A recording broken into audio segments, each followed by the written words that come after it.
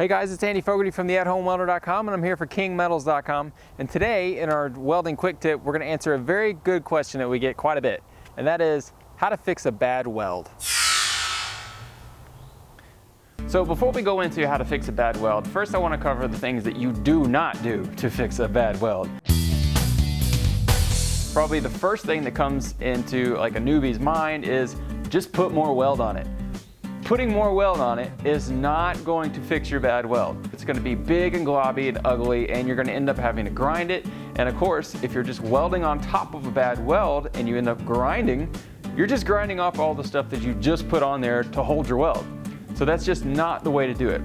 Unfortunately, there is no easy way to just fix a bad weld. The only thing you can do is to grind that whole sucker off and start from scratch.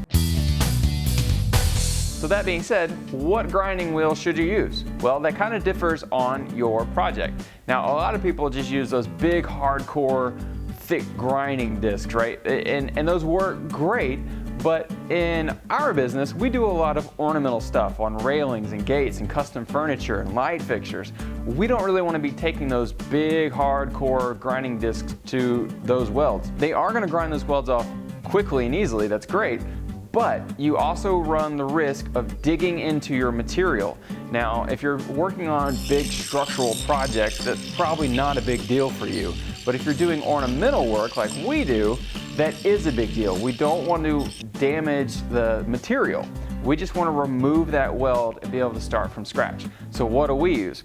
Our favorite tool of choice is what's called a flat disc. Now basically this is like sandpaper. It's strips of sandpaper that are just overlapped and glued onto a disc. Now just like sandpaper, these come in different grits. So the lower the number, the more coarse the sandpaper is going to be. It's just the perfect combination of grinder wheel and sandpaper. So it'll remove anything that you need to get off quickly, but it also leaves a very nice, smooth, finished surface. Now the other great thing about flat discs is you can get them anywhere.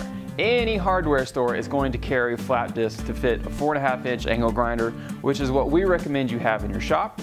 And also you can just order these online if you like. That's what we like to do. We go online and order them in big packages. It saves you a little bit of money and it ships right to us. So that's it for today's welding quick tip. I'm Andy Fogarty from the AtHomeWelder.com, and I'm here for KingMetals.com. And if you want some more great tips and tricks like this, come over to the AtHomeWelder.com, sign up, join the community. We're going to send you some great tips like this every single week, and we'll show you some good welding tips and things that you need to know as a DIY welder. So that's it. I'm Andy Fogarty, and I'll see you again next time.